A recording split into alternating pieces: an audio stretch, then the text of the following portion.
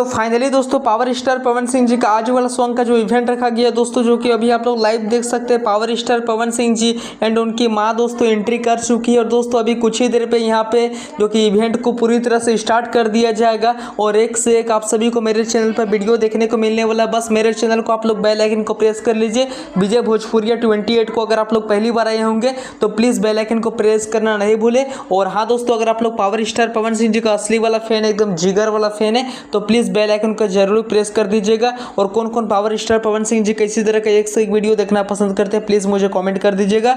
और दोस्तों मैं चाहूँगा कि आप सभी को एक से एक बढ़कर वीडियो देना चाहता हूँ तो प्लीज़ मेरे चैनल को आप लोग जल्दी से सब्सक्राइब कर दीजिए। और अगर इस वीडियो को आप लोग लाइक नहीं किए हैं तो प्लीज़ लाइक भी कर दीजिए। और दोस्तों अभी आप लोग लाइव देख सकते हैं कि किस तरह से पावर स्टार पवन सिंह, और दोस्तों अभी कुछ ही देर में जितना भी इंस्टाग्रामर क्रिएटर है सभी लोग पहुँचने वाले हैं। एक से एक वीडियो मैं आप सभी को देने वाला हूँ, सभी वीडियो देने वाला हूँ, जितना भी फोटो वीडियो सभी कुछ एक ही चैनल पर मिलने वाला। तो प्लीज़ सब्सक्राइब कर लीजिए।